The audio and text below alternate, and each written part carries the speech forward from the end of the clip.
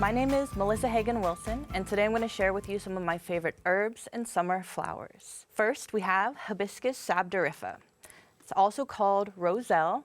This plant has edible leaves and calyxes that make a refreshing tea full of vitamin C. She's native to Africa, and she really likes it hot. This one is a starter size, so plant it early in the year in a nice big pot, or I've had it do really the best in the ground, full sun, and it regrows from seed very easily. You can save seeds for next year.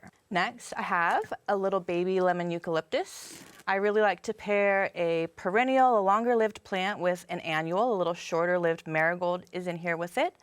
And the marigold won't last as long as the eucalyptus. It'll peter out, but the eucalyptus, those grow up to 60 feet in their native habitat of Australia. So it will grow multiple feet in 1 year. You can keep it in a small pot like this, kind of like a bonsai. You should protect it from the freezes in the winter, and you can cut it back if you do plant it in the ground and overwinter it, similar to a citrus or a banana. Lemongrass is another favorite tea of mine. I like to use it in flower arrangements for bouquets, and it's very zesty in teas. It's hardy to about 15 degrees, so it also will need protection or to be brought indoors. Holy basil is another favorite tea of mine. It's native to India, where it's considered sacred. Tulsi is an adaptogen, so it will help your body to adapt to stress. Ancient Ayurvedic wisdom suggested that Tulsi was a tonic for the body, mind, and spirit. I love to use it in teas. I take cuttings and do flower arrangements. They root very easily in water, which means you can share them with your friends. I always like to throw out seeds around the corners of my vegetable garden. So a lot of zinnias are great for pollinators. Cosmos, another easy to grow flower. Dill and holy basil, very easy to grow from seed, and they definitely will bring the pollinators. The black swallowtail butterfly caterpillars are attracted to dill and also rue.